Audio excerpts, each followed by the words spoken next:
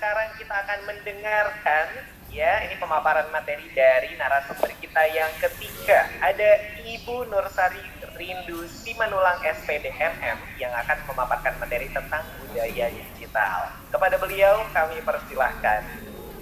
Baik, selamat sore, salam sejahtera bagi kita semua. Ya ahobu, Nias, Gunung Sitoli, Tukuk Dalam, izin share Kak Rizky. Silakan Ibu.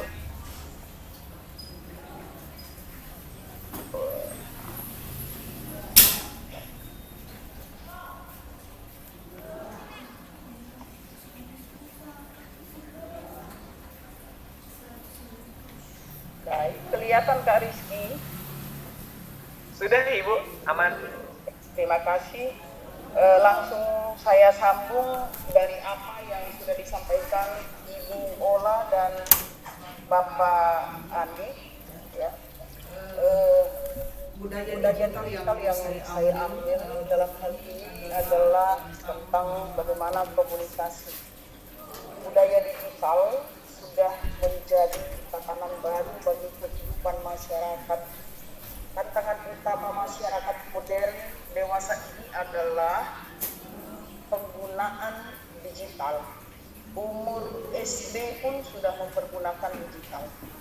Lemahnya budaya digital bisa memunculkan pelanggaran terhadap hak digital yang tidak menyenangkan karena terdapat banyak konten negatif.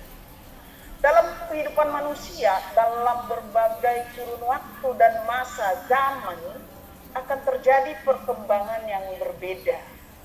Perkembangan manusia akan membuat manusia semakin banyak belajar dan berinovasi dalam perkembangan dirinya. Banyak hal yang dapat terjadi dalam kehidupan masyarakat, termasuk dalam era pandemi. Untuk Nias Selatan dan Kepulauan Nias memang dinyatakan zona hijau, tetapi tetap seluruh siswa, seluruh sekolah masih diwajibkan untuk mematuhi protokol kesehatan. Jangan lengah, itu yang disampaikan oleh guru-guru kita di Kabupaten Nias Selatan, di Nias Gunung Sitoli, dan seluruh Kepulauan Nias. Lalu, salah satu upaya manusia untuk dapat tetap menjalankan aktivitas komunikasi, walaupun di ruang digital, komunikasi harus tetap terjaga, baik secara langsung maupun tidak langsung. Karena tak dapat dipungkiri bahwa pada tahun 90-an, saya masih pemuda waktu itu, teknologi digital itu mempengaruhi proses produksi dan konsumsi media secara signifikan. Dan di akhir-akhir ini setelah kita Indonesia, negeri ini dan seluruh bumi dilanda oleh COVID, maka digital itu semakin pesat perkembangannya. Nah, sebagian orang melihat perkembangan ini secara positif, karena berpotensi untuk membuka pintu-pintu baru bagi demokrasi dan kreativitas masyarakat. Tetapi tidak sedikit orang memanfaatkan digital itu kepada hal-hal yang buruk. Hal ini didukung oleh fitur khusus media digital yang memungkinkan fleksibilitas dan partisipasi pengguna. Sekarang mulai dari TK saja sudah ada handphonenya, ya. Karena dilihat abangnya bermain-main dengan Androidnya, lalu adiknya yang masih TK mengambil perangkatnya dari kakaknya, lalu dia pergunakan tanpa dasar dari pembimbingan cara menggunakan dari orang tua dan atau penjualnya. Di lain pihak, kritik beranggapan bahwa opini yang menyatakan media digital seperti internet akan memberikan kebebasan berekspresi.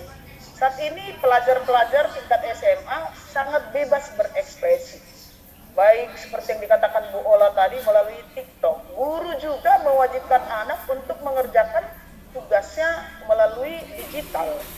1 tahun terakhir guru-guru kita menugaskan siswa untuk mengumpulkan tugas-tugasnya melalui digital.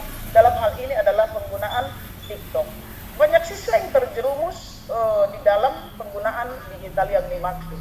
Lalu bagaimana supaya budaya berdigital itu dipahami oleh seluruh masyarakat, terutama dulu di lingkungan di masa-masa sekolah atau pelajar mahasiswa.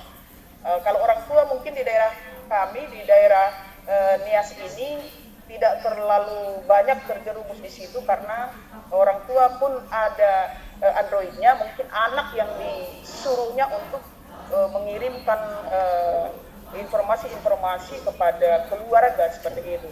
Tetapi yang sangat berkembang pesat adalah di kalangan remaja dan sampai umur 40 tahun. Nah, lalu bagaimana, apa yang mau kita kejar agar aman dan produktif? Salah satunya adalah kita harus paham tentang nilai Pancasila. Pancasila dan 5 sila kita harus paham dalam hal itu, dan agar tidak terjadi perselisih pahaman antara agama, suku, ras, perlu dipahami kebinekaan, perbedaan agama, perbedaan suku, kulit, dan seterusnya, sehingga Bhinneka Tunggal Ika itu tetap terjaga dan menjadi warga negara Indonesia yang cakap digital. Nah, meskipun kita di ruang digital, gunakanlah konsep bahasa yang baik dan benar. Baik berarti sesuai konteks keadaan, dan benar berarti aturan kebahasaan yang tepat. Bahasa Indonesia yang baik itu artinya berkaitan dengan nilai sosial masyarakat yang berlaku. Saat menggunakan bahasa itu, contohnya ya di sini, misalnya penggunaan kata aku. Sering sekali di daerah kita di Pulau Nias, ya oh katanya, ya uge bapak, kau bapak katanya, ya uge bapak. Jadi diterjemahkan langsung dari bahasa daerah kita sendiri. Itulah sekolah-sekolah dan guru-guru yang akan menerapkan itu kepada seluruh siswa dan mahasiswa, dan terutama peran orang tua. Lalu kata saya digunakan kepada orang yang lebih tua atau yang akulah sama akulah, seperti itu. Kalau kepada guru, sama akulah, sama kaulah, tentunya tidaklah baik seperti itu. Saat ini penggunaan bahasa Indonesia tidak secara baik dan benar, justru jadi tren karena ketidaktahuan, tidak cermat, dan tidak peduli terhadap bahasa itu sendiri. Keterampilan komunikasi dapat mengenali kebutuhan informasi, Bapak Ibu, mengatur informasi secara lengkap, menyampaikan ide yang persuasif, dan kita harus pandai menyimak. Ketika orang bercerita tentang satu kejadian di lingkungannya, hanya kita dengar sepatah kata, kita udah sebarkan ke orang lain. Ini yang sering. Lah, sebaiknya kita menjadi pendengar yang baik supaya tidak salah menyampaikan informasi kepada temannya atau kepada keluarga. Nah, dengan terampil komunikasi, kita pun dapat memanfaatkan teknologi informasi secara efektif dan efisien. Saya lihat dulu sampai di satu contoh seperti ini. Nah, ada contoh di sini.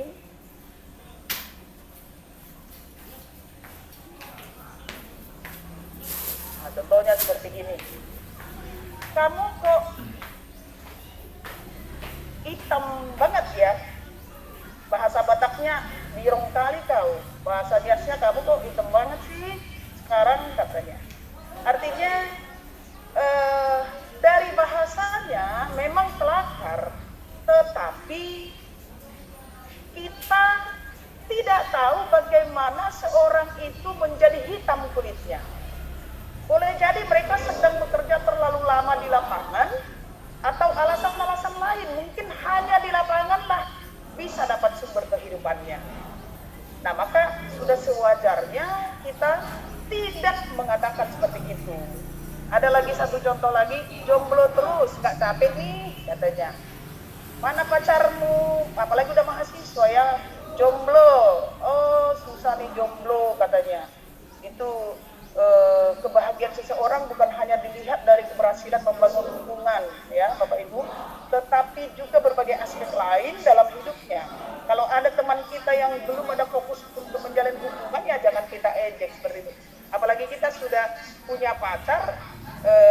seorang mahasiswa sudah punya pacar lalu dia mengejek temannya yang tidak punya pacar, seperti itu. Jadi tidak perlu yang kita sampaikan itu, jika kita menyampaikan itu pada orang itu tidak perlu. Ada lagi yang masih belum move on nih, mungkin ada yang putus hubungan dengan temannya, bisa jadi mereka juga sedang berjuang untuk membuka lembaran yang baru, tetapi kita ejek yang masih belum move on nih. Artinya memang kita kelakar tetapi sudah mengejek. Jadi belajarlah untuk menjaga kata-kata kita dengan tidak mengucapkan kalimat seperti itu atau mengejek orang lain kepada orang lain atau sekitar kita. Kamu kelihatan kurus deh, atau kamu kok tambah berisi sih sekarang, makin gemuk aja, makin bongsor ya, seperti itu sering sekali ya. Nah, setiap orang punya cerita masing-masing, Bapak Ibu, perihal perubahan yang ada dalam diri mereka dan kekurangan, dan kita mengucapkan itu hanya puasnya saja, tetapi ada orang yang menaruh menaruh tersinggung di dalam hatinya. Aku kurus bukan karena miskin ya, tahu kau? Seperti itu. Jadi mungkin itu tidak perlu kita sampaikan kepada orang. Ada lagi, ditunggu undangan nikahnya ya, gitu. Karena mungkin udah lewat umurnya dari 25 tahun, lalu dipikir, oh ini nggak ada jodoh ini, seperti itu. Itu kalimat sindiran seperti ini bisa jadi adalah satu tempat atau satu saat yang dialami oleh seseorang. Itu tidak baik ya. Ditunggu undangannya ya, kapan nikahnya, seperti itu. Itu akan menyinggung orang yang mungkin belum saatnya untuk berkeluarga atau menikah. Ini lagi, kamu kok betah banget di kampus, seperti itu. Sering sekali itu diucapkan oleh para mahasiswa yang mungkin temannya belum meja hijau, tetapi dia sudah meja hijau, lalu dia berkelakar tetapi tersinggung. Sudah tidak zaman lagi untuk mengomentari atau menanyakan perihal kelulusan kepada teman yang sekarang ada di penghujung semester itu. Bisa saja dia terbentur di biayanya, atau bisa saja ada orang tuanya yang sakit untuk dijaganya, atau mungkin dia sudah punya planning untuk itu, untuk melanjutkan kuliahnya dan biaya kuliahnya. Ada lagi di sini, apa dibuat Ibu Nursari, maaf waktunya sisa 5 menit lagi. Siap. Kamu sudah cocok jadi ibu, seperti itu ya. Kamu sudah cocok jadi ibu.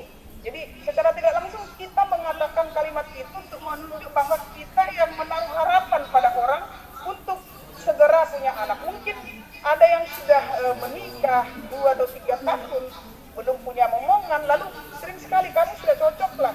Ketika seseorang itu menggendong contohnya, cocok kali kamu, tapi kamu mana, seperti itu. Ini boleh jadi bukan apa-apa bagi kita, namun bagi teman kita yang mendengarkan itu sudah sangat menyiksa atau membuat dia sangat tersinggung. Teman-teman, waktu sangat terdesak memang, mudah-mudahan ada waktu kita yang baik. Maka teman-teman, Bapak Ibu, saudara-saudara sekalian, mari kita menggunakan bahasa yang baik, bahasa yang santun, tanpa memprovokasi orang lain. Apalagi dengan teman-teman kita kasar, sering sekali kita kasar berbicara, tetapi jikalau itu menyinggung perasaan orang, itu janganlah kita lanjutkan. Kita ingat bahasa orang bijak, kata orang bijak, bahasa menunjukkan bangsa, bahasa menunjukkan keluarga kita. Demikian saya kembalikan kepada Kak Randy. Oke, terima kasih Ibu Nursari atas pemaparan materinya yang luar biasa sekali ya tadi tentang budaya digital, dan sampai berjumpa Ibu nanti di sesi tanya jawab. Terima kasih sekali lagi, luar biasa. Dan sekarang kita akan langsung lanjut ya menuju ke narasumber kita yang keempat ya, yang akan memaparkan materi tentang etika digital. Kepada Ibu Mary Christina Zaluku, MPD, kami persilahkan. Baik, terima kasih Pak Rizky. Salam sejahtera bagi kita semuanya. Horas mejua-jua, ya ahohu. Baik, Bapak Ibu yang terhormat, izinkan saya membagikan ilmu yang bisa bermanfaat buat kita semuanya, yaitu tentang etika digital. Bebas terbatas berekspresi di media sosial. Mohon maaf sebelumnya, apakah boleh terlihat slide yang sudah saya bagikan, Bapak Ibu? Sudah, Ibu. Baik, terima kasih. Ya, tak kenal maka tak sayang. Jadi izinkan sekali lagi saya memperkenalkan diri saya. Nama saya Mary Christina Zaluku MPD. Saya adalah dosen yang dipercayakan mengajar di Prodi Pendidikan Bahasa dan Sastra Indonesia, Fakultas Keguruan dan Ilmu Pendidikan, Universitas Nias Raya. Jadi sekilas bahwa Universitas Nias Raya ini sebenarnya adalah universitas yang baru terbentuk dari 3 perguruan tinggi. Ada STIH, ada STIE, dan STKIP Nias Selatan. Nah, jadi saya berasal dari Nias Selatan. Baik, Bapak Ibu yang terhormat, kita langsung saja.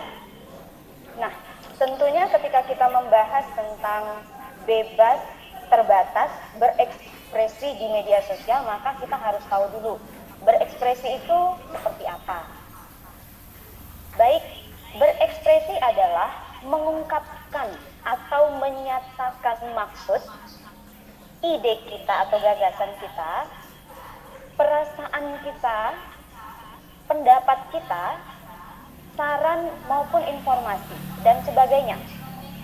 Melalui berbagai cara, boleh secara lisan, boleh tulisan, boleh juga melalui materi audiovisual ataupun visual, boleh melalui ekspresi budaya, melalui tari-tarian misalnya Bapak Ibu, atau artistik, contoh lukisan, seni ukir, seni pahat, dan pastinya itu adalah ungkapan ya, semua adalah ekspresi.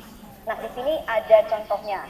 Mungkin di dalam slide kita masing-masing ada orang yang sedang berpidato atau sedang diwawancarai ya. Kemudian di samping kanannya ada lukisan, dan ini maknanya dalam ya. Kalau kita lihat sepertinya ada penindasan di situ. Dan ini juga bukti bahwa seseorang bisa berekspresi. Kemudian di bawahnya mungkin kita lihat ada orang yang menari ya, membentangkan tangannya, ada yang ke kiri, ada yang ke kanan. Saya yakin ini juga punya maksud. Ada maksudnya walaupun tidak melalui bahasa ya. Kemudian di samping kanannya lagi di bagian bawah, ini pasti sudah kenal ya semuanya. Ini kira-kira siapa ya? Ini adalah Ariel ya, Ariel Peter Pan yang sekarang jadi Ariel Noah nama bandnya. Nah, mungkin ada pelesetan ya.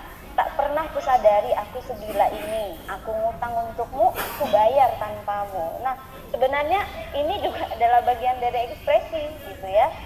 Nah, kemudian kita perlu tahu kebebasan berekspresi itu konsepnya seperti apa sih ya.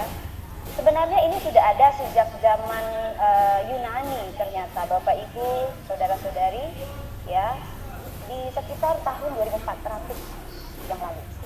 Dan itu berasal dari kata paresia. Paresia yang berarti adalah kebebasan berbicara. Ya. Kebebasan berbicara. Agak jauh konsepnya tadi kalau misalnya kita lihat di KBBI ya.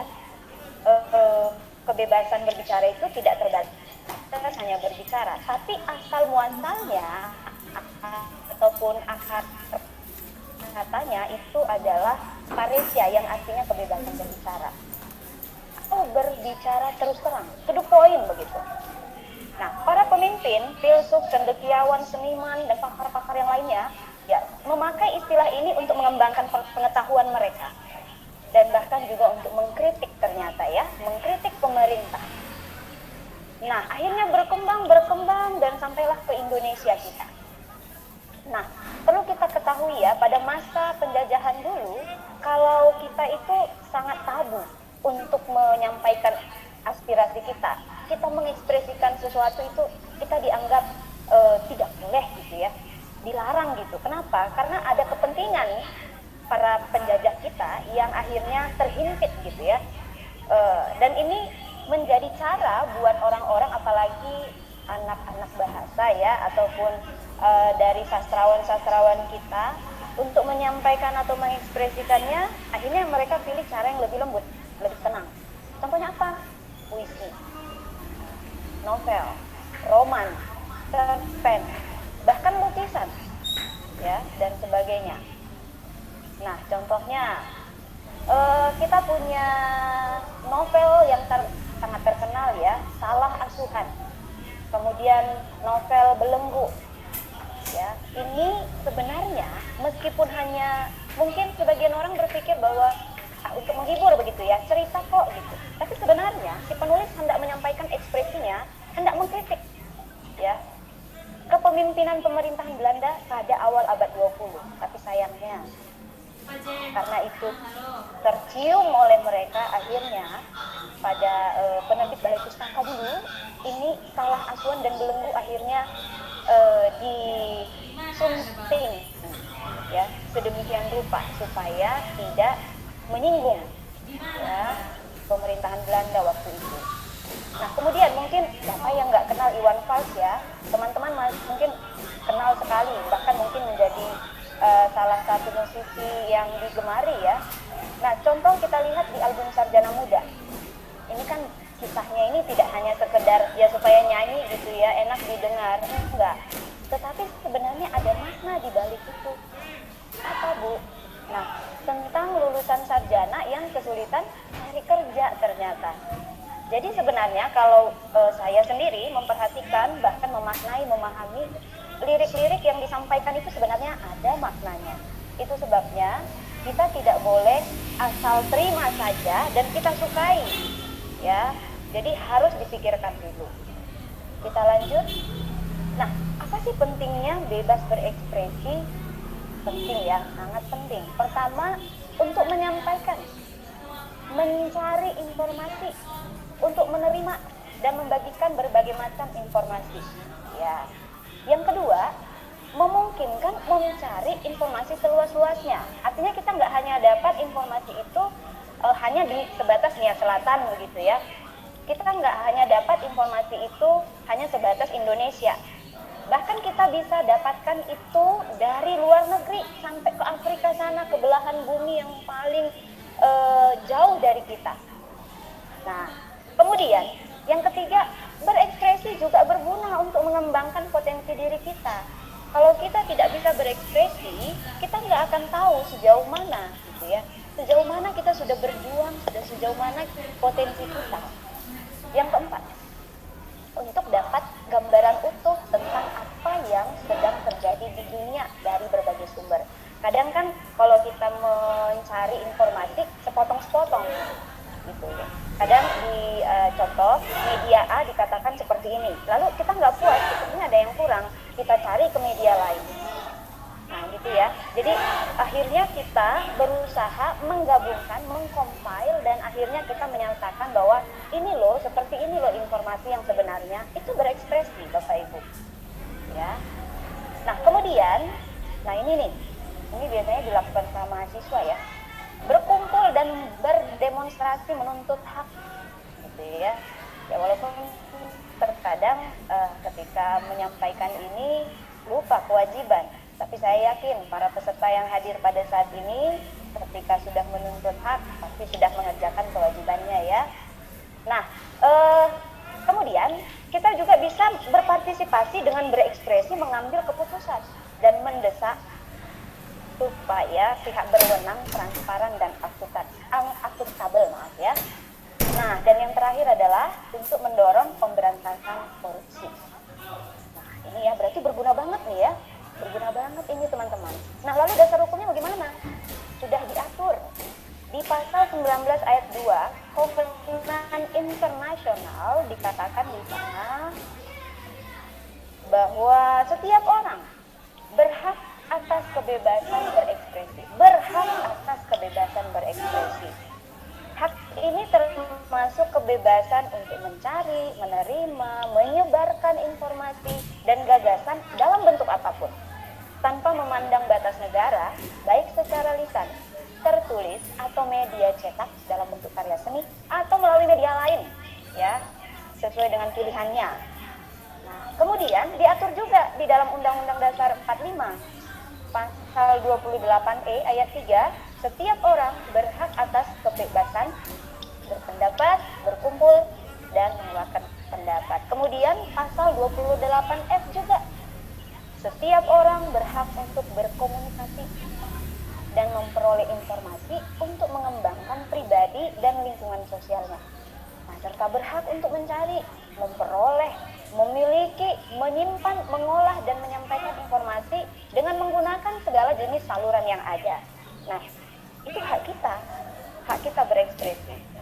Dan di sini terlihat jelas teman-teman bahwa Indonesia menjunjung tinggi hak asasi manusia, termasuk hak untuk berekspresi. Nah, tapi masalahnya begini, ya. Nah, ini dia. Tadi mungkin saya sudah sampaikan bahwa ada berbagai cara untuk menyampaikan ekspresi kita ya kepada orang lain ya. Dan yang paling sering kita gunakan sekarang adalah melalui media sosial. Apakah FB, Twitter, TikTok, ya, Instagram, dan lain-lain. Media sosial di jagat maya telah menjadi salah satu kebutuhan esensial, bahkan menjadi salah satu kebutuhan pokok tanpa kita sadari. Kalau kita bangun tidur nih Bapak Ibu dan teman-teman, kayaknya nggak afdol kalau misalnya kita belum sentuh HP, baru saja melek sedikit ya, terus yang diingat apa? HP di mana HP-ku gitu. Kayaknya nggak lengkap gitu hari itu kalau misalnya nggak lihat HP duluan ya. Ya, itu Bu Mary, maaf, waktunya sisa 5 menit lagi. Oke, baik Bang. Oke, baik Pak ya. Media sosial menjadi wadah bagi setiap orang untuk berekspresi. Nah, tapi masalahnya ya adalah kebebasan berekspresi di era digital kebablasan. Saya sebut kebablasan, teman-teman. Bahkan mensiderai mental. Ya, mensiderai mental. Loh, biasanya yang cedera itu kan tubuh kita ya. Tapi ternyata mental kita juga bisa terciderai gara-gara apa? Karena kita terlalu bebas berekspresi. Ibarat amunisi ya, peluru itu saling lempar, saling tembak-menembak gitu. Dan hal ini kalau misalnya kita lihat Bapak Ibu ya, ujaran kebencian itu adalah ujaran yang mengandung kebencian, menyerang dan berkobar-kobar, dan itu dimaksud untuk saling menyerang, menyakiti. Ya. Nah, mungkin tadi di pemateri pertama mungkin sudah ada contoh yang diberikan tentang bagaimana bahasa-bahasa yang diucapkan oleh banyak pihak begitu ya. Nah, di sini sudah tergambar banyak sekali ya, jahat lu Jod, gue berharap sih lu yang dibantai sama napi yang lain. Nah, gitu ya. Itu kan ujaran kebencian. Nah, teman-teman tahu tidak bahwa ujaran kebencian itu efeknya sangat luar biasa. Secara psikologis itu bisa membuat pengguna trauma, frustasi, bahkan bisa bunuh diri. Mungkin pernah dengar bahwa ada artis yang bunuh diri hanya karena membaca ya komentar-komentar netizen. Dan pada akhirnya secara sosial itu bisa menimbulkan perpecahan. Perang antar warga, perang kampung, kekerasan, kegaduhan. Ya. Lalu harus bagaimana ini? Bebas terbatas. Saya pikir ini adalah solusinya. Sama seperti di gambar, burung memang bisa terbang bebas ya. Tetapi bukan berarti nggak ada kendali. Kita manusia yang berakhlak berbudi. Kita bebas berekspresi, tapi bebasnya bertanggung jawab. Nah, meskipun hak bebas,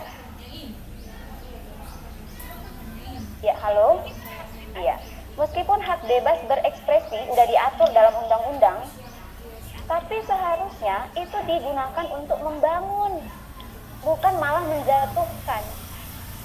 Seharusnya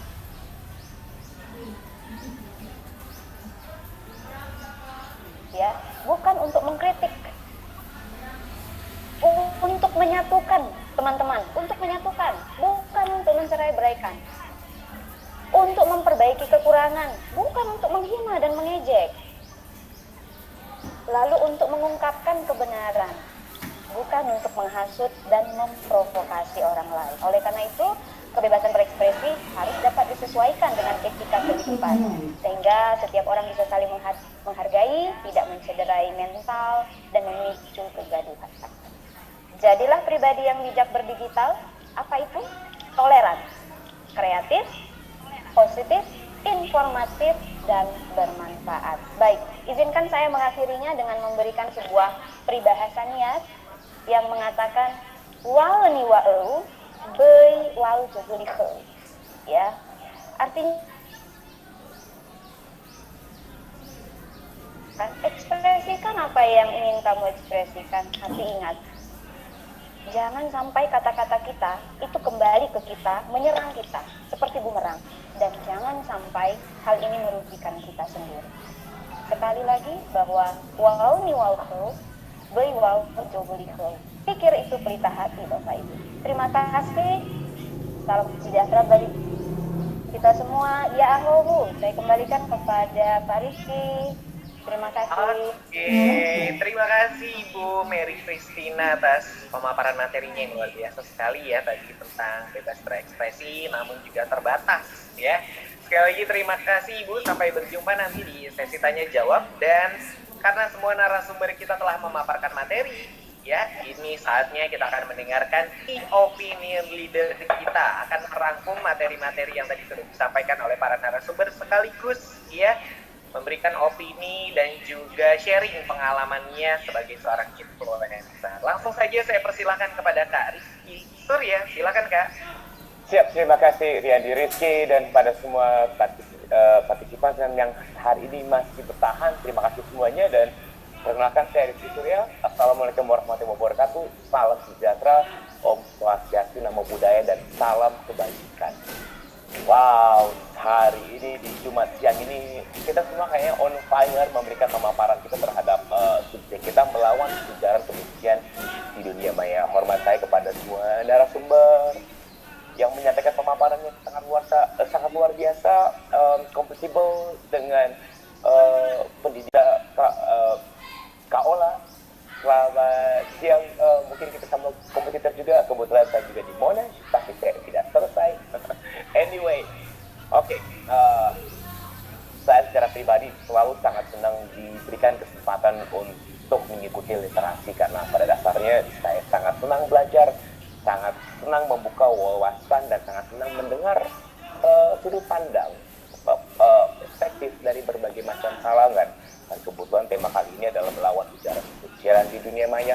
Kita pengen nyambung dari beberapa narasumber, karena kita tahu pengikut hari ini yang ikutin literasi ini banyak adik-adik kita yang sedang bertumbuh dan berkembang, dan mereka menjadi bisa disebut adalah generasi bukan lagi XY tapi generasi alpha. Kita tahu alpha it means everything ya, kalau kita belajar alpha itu. Singkat saja, tadi sudah dipaparin begitu banyak. Pertama terhadap kebebasan, bebas berekspresi, bebas kiri kanan, bebas, dan bebas. Oke, itu dulu tema yang pengen dibicarakan adalah bebas. Nah, di saat semua diberikan perkataan bebas berekspresi, semua orang tuh bebas menyampaikan apapun yang dia inginkan, apapun yang mereka mau, terutama yang sangat saya menyikapi adalah cyberbullying. Adik-adik yang terhormat dan semuanya, berapa banyak dari kita fokus ke jangan, nggak boleh, tapi apa yang terjadi hasilnya? Buka aja datanya, apa yang terjadi pada saat kita fokus kepada jangan, makin banyak hubungan, makin banyak kita temuin orang stres terhadap perundungan, makin banyak orang yang nggak bisa berdamai dengan kuliah itu. Padahal kita tahu berekspresi itu dijamin, tapi ya tentu tuh kebebasan yang terbatas, yang bertanggung jawab. Tapi alih-alih kita fokus keluar, berapa banyak dari kita yang ngajarin kita dulu menjadi perisai, kita dulu menjadi pelindung diri kita, alih-alih kita mau memikirin masyarakat luas, alih-alih kita mau ngajarin orang-orang luar untuk jangan, kenapa kita tidak memberikan defense terhadap diri kita? Salah satunya adalah, kalau menurut saya, banyak membaca. Dengan kita banyak membaca, dengan kita banyak mendengarkan orang, mau menjadi pendengar yang baik, kita melihat dunia bukan cuma dari kotaknya kita, tapi kita bisa keluar, kita akan memahami kenapa orang itu bisa bertutur kata seperti itu, kenapa orang itu bisa punya pandangan seperti itu, karena kita banyak membaca, kita banyak wawasan, kita hanya banyak bergaul, kita tidak hanya bergaul kepada misalkan kelompok kita yang sedang BTS, kita bisa bergaul sama orang yang senang misalkan misalkan yang sekarang lagi ngetop orang Korea Blackpink segala macam, or Coldplay, kita akan tahu kenapa mereka menyukai. Kalau kita cuma bergaulnya BTS, kewawasan kita cuma di situ. Dan ini menurut saya ya, kita bahas cyberbullying atau bulian bisa berhasil, bisa terjadi kalau kita membiarkan diri kita masuk. Kita membiarkan bully itu masuk kepada diri kita. Oke. Saya ingin membahas, kalau semua tahu, semua pasti familiar dengan namanya. Charlie Brown Chaplin, 1920-an. Seniman yang sampai saat ini karyanya masih dikagumi, karyanya yang masih menjadi benchmark beberapa komedi. Tapi tahukah perjalanan hidupnya Charlie Brown Chaplin sebelumnya? Berapa banyak dia dibully oleh teman-temannya dengan kakinya yang tidak stabil. Tapi apa yang dia gunakan energinya, alih-alih dia jatuh terjerembab, dia menggunakan itu sebagai bahannya untuk menyampaikan karya-karyanya dia. Dan sampai sekarang, karyanya abadi. Elvis Presley, King of Rock and Roll. Goyangannya yang awalnya tampak seperti orang, mohon maaf, seperti orang yang tidak stabil, tapi gerakan itu menjadi ikonik. Dia melewati masa-masa bulian loh. Nggak usah jauh-jauh, Indonesia.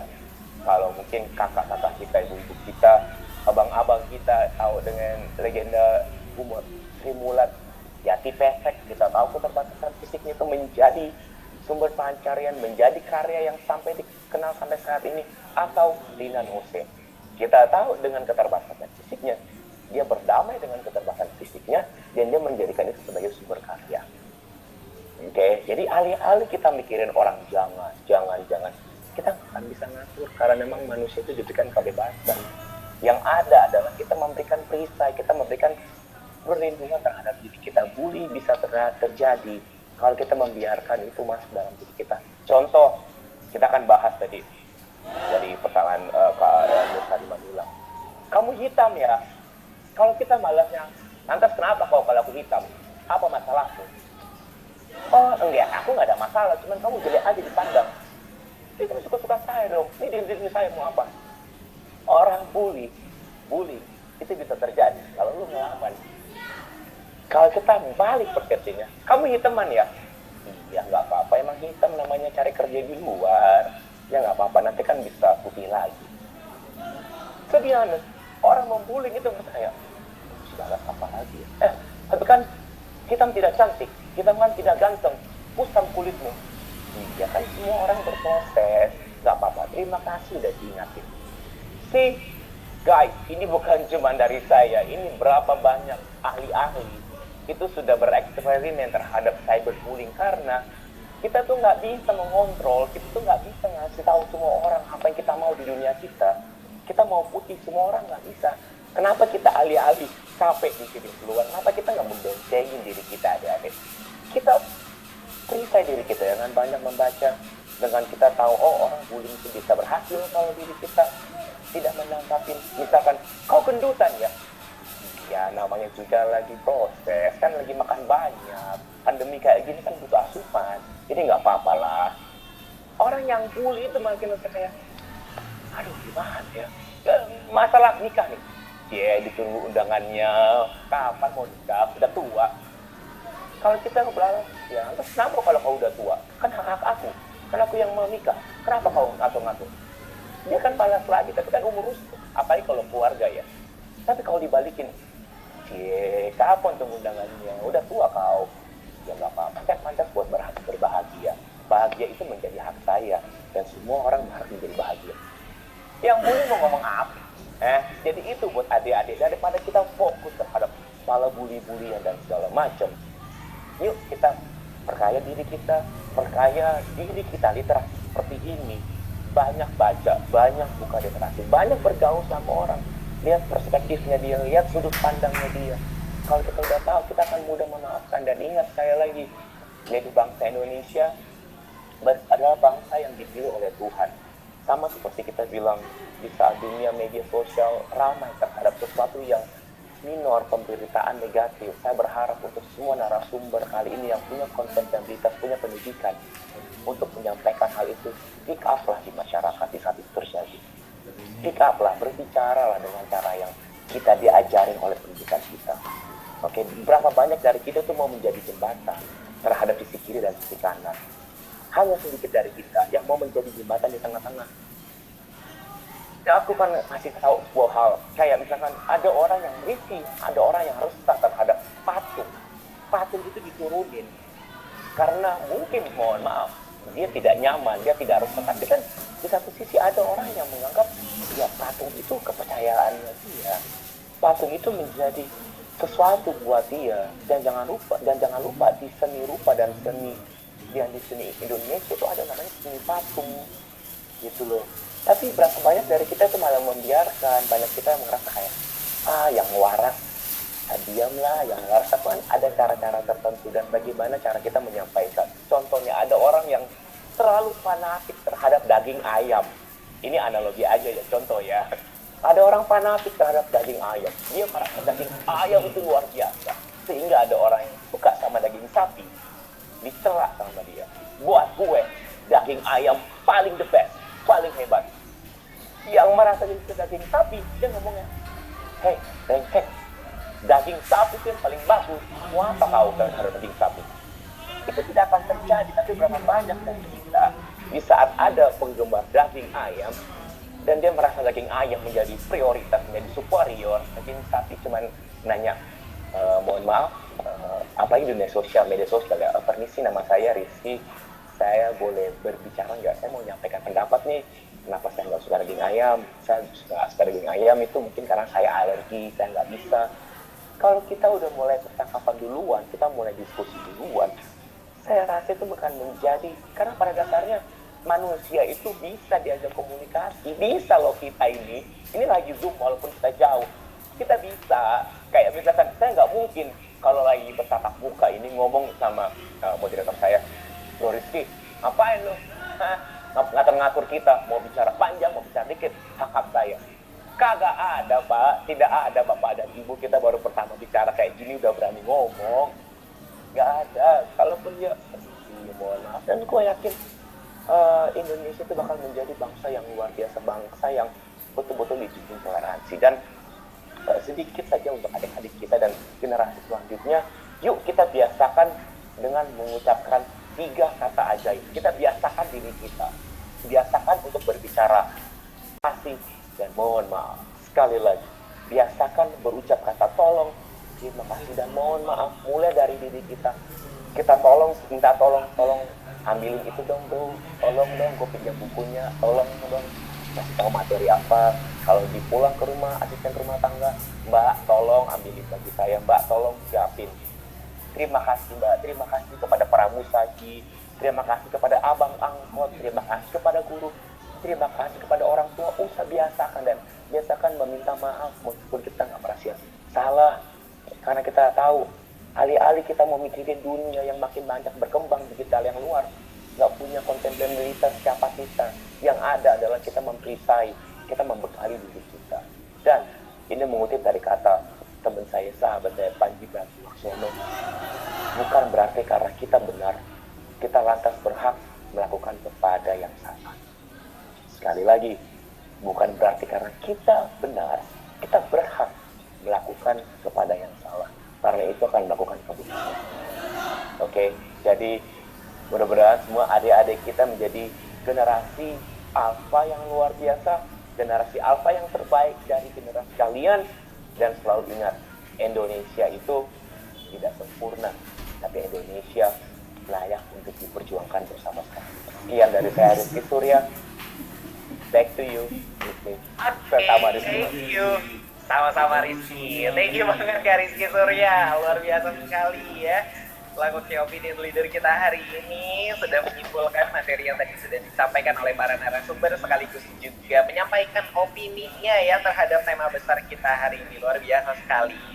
Terima kasih. Karena semua narasumber dan key opinion leader telah memaparkan materinya masing-masing, itu artinya sekarang kita akan masuk ke sesi tanya jawab ya, dimana nanti saya akan membacakan masing-masing satu buah pertanyaan bagi setiap narasumber dan juga key opinion leader ya, dimana nanti pertanyaannya bisa langsung dijawab nih. Dan pertanyaannya berasal dari teman-teman peserta yang tadi sudah menuliskan pertanyaannya melalui kolom chat box dan sudah dipilih ya oleh kakak panitia, dan juga pertanyaannya sudah ada di tangan saya. Tapi sebelum saya membacakan pertanyaan demi pertanyaan, sekarang saya mempersilahkan terlebih dahulu nih kepada teman-teman semua untuk bisa mengisi ya link post test yang akan segera di-share oleh kakak admin. Boleh kakak admin di-share link post testnya, karena ini ya, sekali lagi, ini adalah sebagai syarat teman-teman untuk bisa mendapatkan e-sertifikat. Jadi pastikan tadi di awal teman-teman sudah mengisi link registrasi,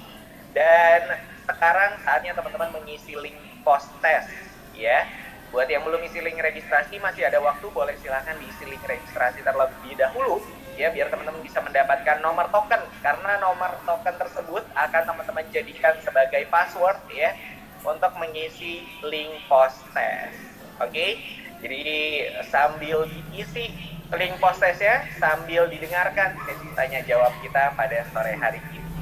Langsung saya akan membacakan pertanyaan yang pertama yang ditujukan kepada Ibu Ola ya, dari Rila Sari.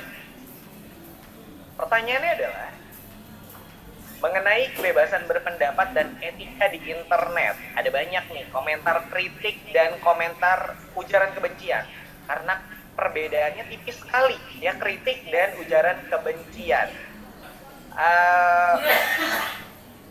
Karena perbedaannya tipis sekali, banyak juga yang salah paham dan salah mengartikannya. Pertanyaan saya, bagaimana cara kita selaku generasi muda mengungkapkan pendapat dengan baik di kolom komentar agar tidak disalahartikan, tidak menyinggung, dan tidak membuat keresahan publik? Dan kiat-kiat apa yang dapat Ibu berikan kepada kami agar kami bisa lebih bijak lagi dalam mengomentari konten di media sosial, agar tidak menimbulkan kesalahpahaman dan saling membuli serta perpecahan di media sosial? Wow, menarik sekali ini pertanyaannya.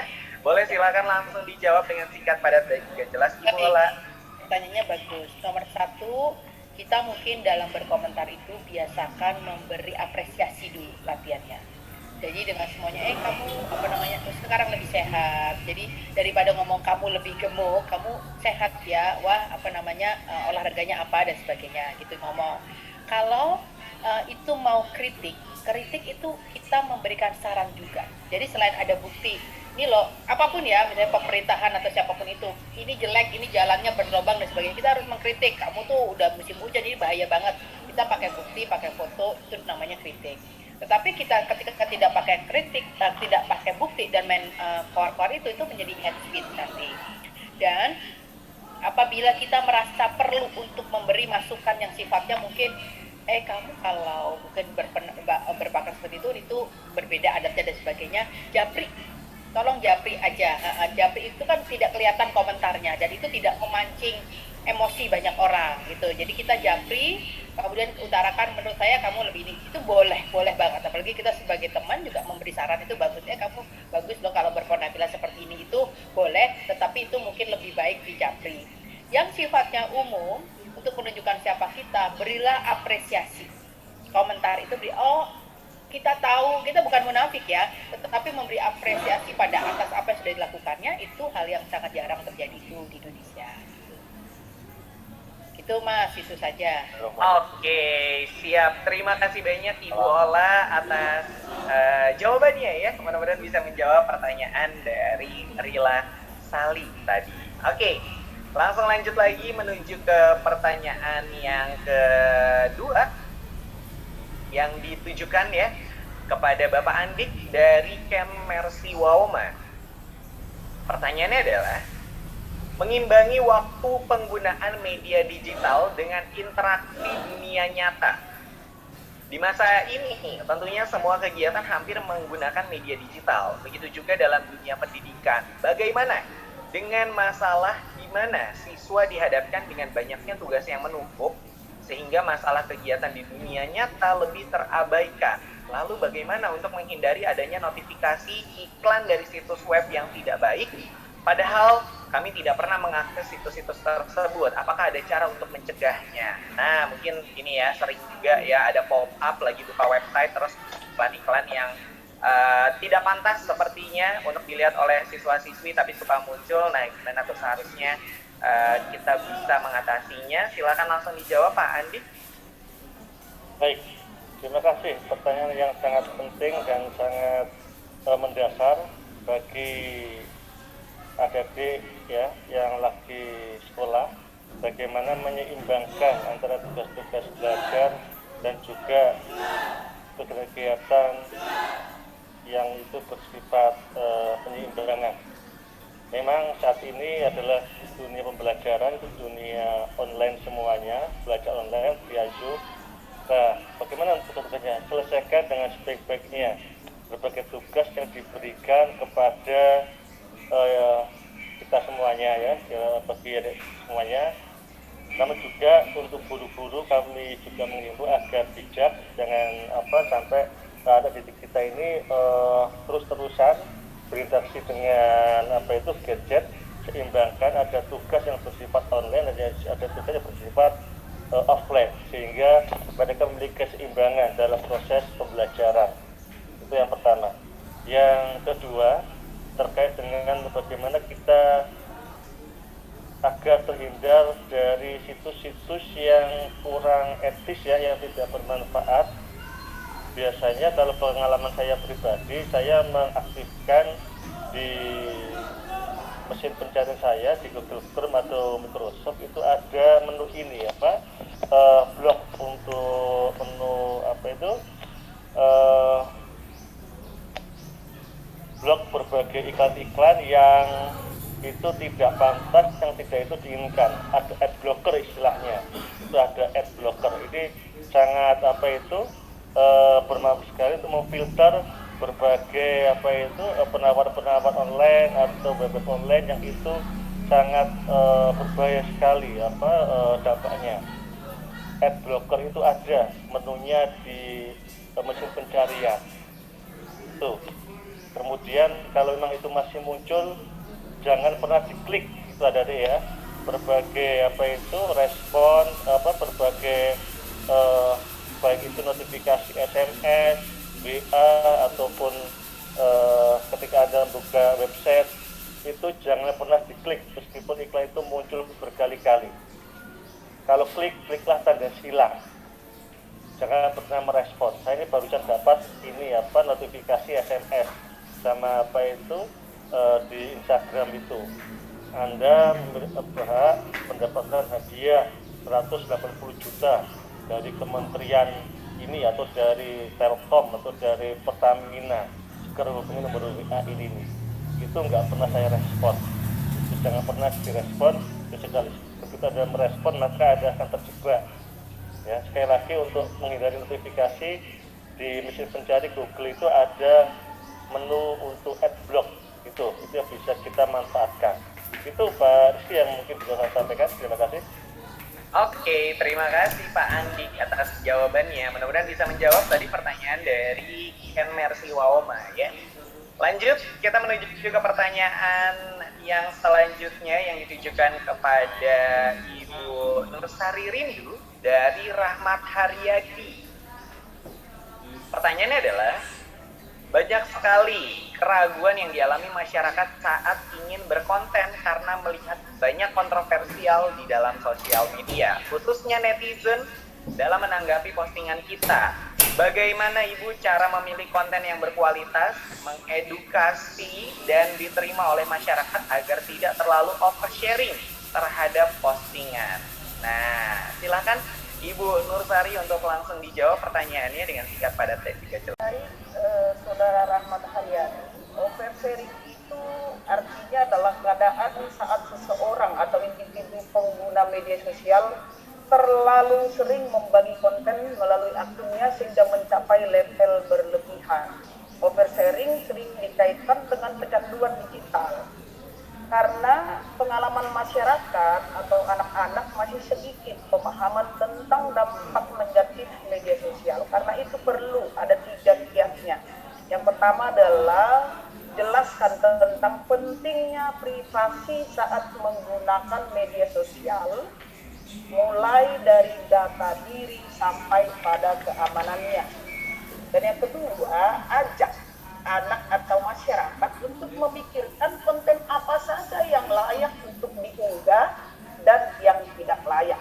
Dan yang ketiga adalah pantau pengguna media anak atau masyarakat, jaga komunikasi dengan mereka.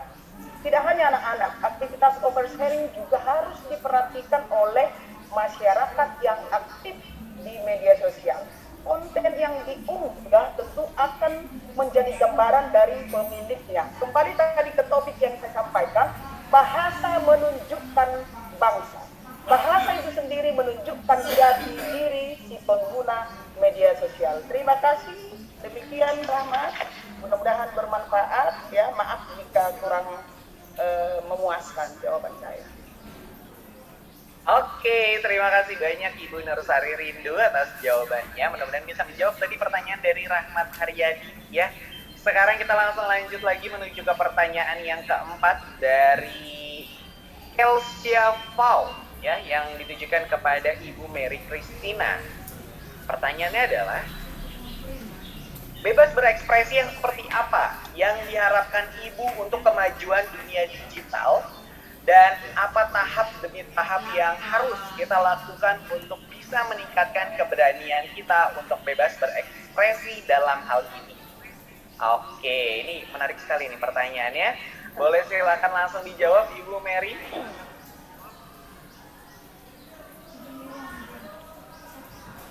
Ya, halo. Apakah suara saya bisa didengarkan, Pak Rizky? Terdengar Ibu, aman. Silahkan. Baik. Terima kasih Pak. Terima kasih buat Kelsia Pau yang sudah memberikan pertanyaan yang luar biasa ya. Pertama, bebas seperti apa sih Bu yang dimaksud? Tadi sudah dijelaskan ya bahwa bebas itu memang hak. Tetapi bebas itu jangan menjadi hal yang menciderai gitu ya, melukai mental orang lain. Maka sebenarnya ketika kita mengekspresikan sesuatu, maka mari kita perhatikan ke diri kita dulu. Apakah nanti ketika saya mengekspresikan sesuatu, kemudian saya memberikan pendapat, ide saya, ya, kritikan saya, itu bisa melukai. Ya, melukai dalam hal ini tidak sampai harus pakai ini ya, pisau ataupun kayu gitu, bukan. Karena mental kita pun bisa cedera, kita bisa terluka perasaannya gitu. Oleh karena itu mari posisikan diri kita. Kalau misalnya itu disampaikan kepada saya, bagaimana respon saya? Sebenarnya kita memang bebas melakukan sesuatu. Tapi kalau mau hubungan kita dengan orang lain tetap baik, berkembang, maka mari kita pikirkan, apakah yang kita lakukan, apakah yang kita ekspresikan, apakah yang kita ungkapkan itu baik adanya. Pikir itu pelita hati. Kalau dalam bahasa Batak saya pernah dengar peribahasanya, katanya jilat dulu lidahnya. Artinya pikirkan dulu gitu ya, baik-baik matang-matang sebelum dikeluarkan gitu. Nah, bebas memang, tetapi kan ada berbagai cara yang bisa kita pilih untuk menyampaikannya, betul ya? Ada orang yang menyampaikan sesuatu harus belak-belakan, kemudian menyampaikannya juga dengan nada keras, nada tinggi, tanpa memperhatikan apakah nanti orang lain bisa tersinggung. Ya, tapi ada juga dengan maksud yang sama ya, dengan maksud yang sama menyampaikan sesuatu dengan bahasa yang tenang. Ya, contoh melalui peribahasa, misalnya lewat puisi, apalagi kita yang anak bahasa gitu ya, banyak hal yang bisa kita lakukan. Apalagi kita udah belajar pragmatik ya, ada makna yang tersimpan di balik perkataan kita, dan itu disesuaikan dengan konteks. Nah, jadi kalau ditanya tahap-tahapnya gimana ya Ibu ya? Pertama, mari kita lihat ke diri kita. Mari kita introspeksi diri dulu. Apakah nanti kalau saya mengekspresikan itu sudah hal yang toleran? Kemudian itu bermanfaat tidak ya? Informatif tidak ya? Dan apakah ini menjadi hal yang produktif untuk bisa memotivasi, mendorong orang lain untuk bisa berkarya seperti kita? Nah, kemudian mari kita susun bahasanya. Ya, ada tadi yang disampaikan oleh narasumber ketiga oleh Ibu Nursari Manulang, dikatakan bahwa kita harus pakai bahasa yang baik dan benar. Benar belum tentu baik, baik belum tentu benar. Artinya dua-duanya harus komplit, baik dan benar. Nah, begitu. Nah, selanjutnya saya yakin kalau kita sudah belajar seperti itu, orang pun meresponnya baik. Hanya saja kita nggak bisa membatasi orang untuk berekspresi gitu ya. Ya, kita mulai dari diri kita. Kita mulai kasih contoh, kemudian orang lain juga bisa melihat. Oh iya, ternyata seperti ini kalau kita mau memberikan pendapat, ide, masukan atau gagasan. Semoga membantu Kelsia, semoga terjawab apa yang menjadi pertanyaannya. Terima kasih. Saya kembalikan kepada Pak Rizky. Siap, terima kasih banyak Ibu Mary Christina atas jawabannya ya. Mudah-mudahan bisa menjawab tadi pertanyaan dari Kelsia Paul. Oke, pertanyaan terakhir singkat aja yang ditujukan kepada Kak Rizky Surya. Ini karena tema besar kita adalah kebencian. Pertanyaan saya adalah, pernah nggak ngalamin ujaran kebencian? Terus gimana cara mengatasinya? Kalau dari Kak Rizky, silakan langsung dijawab Kak. Pernah dong, semua orang pasti pernah ngerasain semuanya, dan cara nanggapin tergantung pada aset. Udah sekarang kalau masih puber dulu namanya manusia pasti marah, ngomel-ngomel, kesal sendiri, capek sendiri.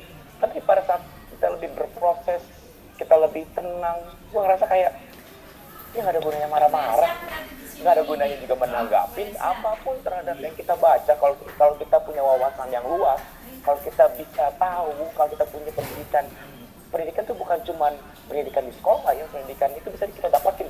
Makanya kalau orang dulu itu selalu bilang rajin membaca itu pangkal pandai, itu benar banget. Balik lagi, kalau kita semakin banyak membaca, kita semakin membuka, kita akan tahu, oh ternyata orang ini bercakap seperti ini tuh karena ini. Ternyata orang punya wawasan yang menganggap bumi itu datar, yang wawasannya segini. Dia mengasumsi, dia mengambil kesimpulan dari daya pikirnya, dan kita nggak bisa memaksakan. Ya daya pikirnya segitu, mas nggak mau memaksakan. Sama seperti orang suka Ben Wali. Buat kita mungkin, mohon maaf, itu agak sedikit tidak into kita buat kedengaran. Oleh teman, kan banyak orang yang senang sama Wali, banyak orang yang ngefans sama Wali. Lantas masa kita mau ngelarang selera orang? Balik lagi, kalau kita banyak membaca, kita banyak mendengar wawasan, kita tidak akan gampang tersinggung, karena Indonesia itu darurat baper, darurat tersinggung. Kita yang bicara siapa, yang lain yang resah, itu kita. Karena kita apa? Kita jarang membaca. Makanya literasi kayak gini, ikutilah sering-sering buat adik-adik kita. Kalau sampaikan kepada orang tua, karena orang tua itu udah capek, udah sibuk seharian. Yuk kalau ada pemberitahuan, ada sesuatu yang positif, sampaikan kepada orang tua kita agar mereka terhindar dari misalkan yang negatif-negatif terhadap kita. Sekian dari saya, semoga menjawab. Terima kasih. Siap, thank you banget Kak Rizky Surya atas jawabannya. Wow, luar biasa sekali. Dan karena semua narasumber tadi sudah mendapatkan masing-masing satu buah pertanyaan dan juga sudah langsung dijawab ya, maka bagi penanya tadi yang pertanyaannya sudah saya bacakan, selamat ya. Kalian berhak mendapatkan e-wallet senilai Rp100.000, nanti akan dihubungi oleh panitia. Sekali lagi selamat. Dan sebelum kita mengakhiri perjumpaan kita pada sore hari ini, saya ingatkan kembali, jangan lupa ya, sebelum meninggalkan Zoom meeting ini, teman-teman pastikan sudah mengisi link post-test terlebih dahulu ya, sebagai syarat teman-teman untuk bisa mendapatkan e-sertifikat. Nah, sebelum kita mengakhiri juga, sekarang saya minta kepada seluruh peserta untuk menyalakan kameranya terlebih dahulu. Yuk kita on cam, karena kita akan berfoto bersama ya dengan para narasumber dan key opinion leader kita. Tuh, admin, hey. Udah siap tuh kakak admin ya. Alright, luar biasa. Kok sama aku nggak Sekarang muncul saya token, minta teman-teman semuanya untuk nggak ada dinyalakan kameranya ya tanpa terkecuali. Bukan, ya. sama aku Kita kok nggak ada akan token yang berfoto muncul. bersama dengan para narasi. Waktu registrasi Saya cek tadi dulu, nggak ada token masih muncul. ada yang belum nyalain kamera, boleh dinyalakan kameranya Bapak Ibu. Nah tuh, kayak oh ini Mercy yang tadi nanya, hai kakak. Kelihatan juga ya wajahnya, tuh udah siap, luar biasa. Boleh, yuk dinyalakan lagi kameranya semuanya teman-teman. Oke, kalau sudah, sekarang saya minta silahkan semuanya ya kasih senyuman tercantik dan terganteng kalian ke kamera. Tuh, kayak Kak Hadirat pelawak tuh, mantap, udah siap juga. Siap ya, kasih senyuman tercantik dan terganteng kita ya. Siap ya, 1, 2, 3. Tahan, ada 3 halaman. 1, 2, 3. Oke, good. Keren, luar biasa. 2, sekarang saya minta silakan tangan kanannya diangkat seperti ini, terus jarinya kayak gini. Salam literasi digital. Yuk, siap ya? Kayak gini sekarang. Yuk, coba. Salam literasi digital. Oke? Siap ya? Semuanya bentar, saya cek dulu. Ayo, ini masih ada yang belum diangkat tangan kanannya. Oke, good. Boleh. Udah siap ya semuanya ya? 1, 2, 3. Salam literasi digital. Tuh, kakak adminnya ketawa-ketawa ya. Tahan. 1, 2, 3. Oke, good. Keren. Yang terakhir, sekarang saya minta silahkan kasih gaya bebasnya kalian. Terserah ya mau kasih seperti apa ya. Nah tuh nih. Nah tuh, kelihatan tuh, udah siap ya. Gaya bebas semuanya ya guys ya, siap ya. Kalau saya kayaknya mau ngasih sarangi nih buat teman-teman di Gunung Sitoli hari ini, luar biasa semangatnya siang-siang. Tetap semangat ya, ikutin acaranya sampai selesai.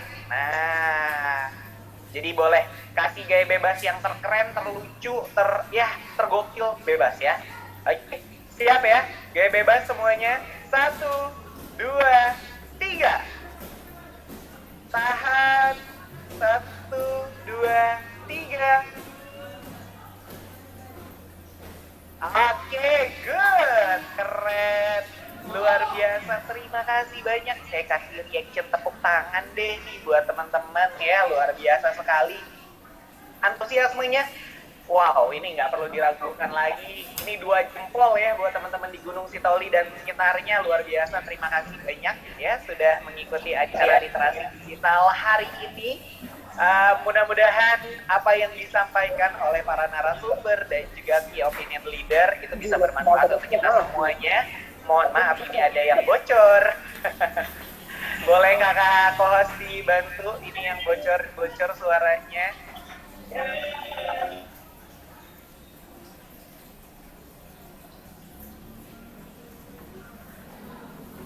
Iya, jadi saya yang di mute ya.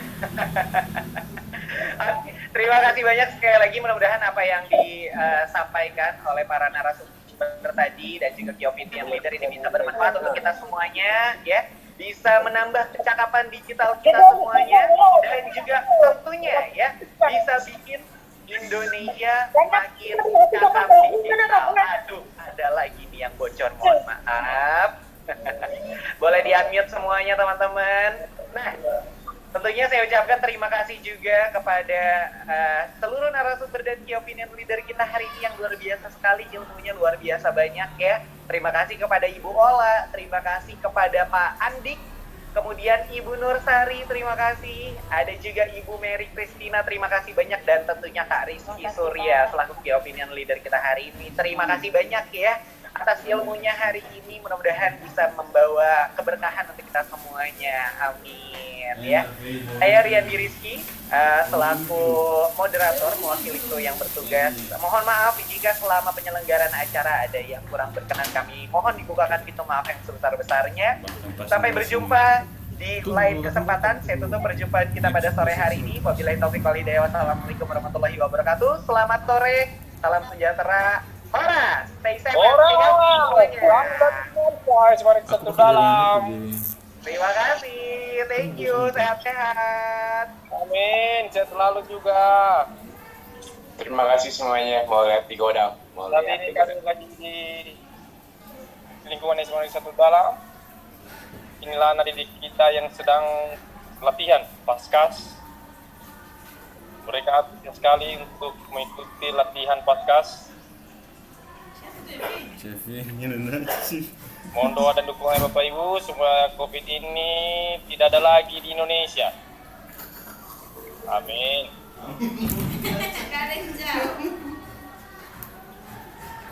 Bersama tak kuat jadi ngilu. Coba dicari beritanya dulu.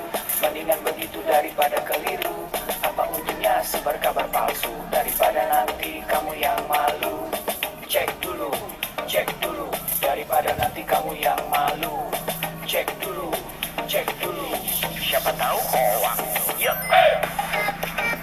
Hello.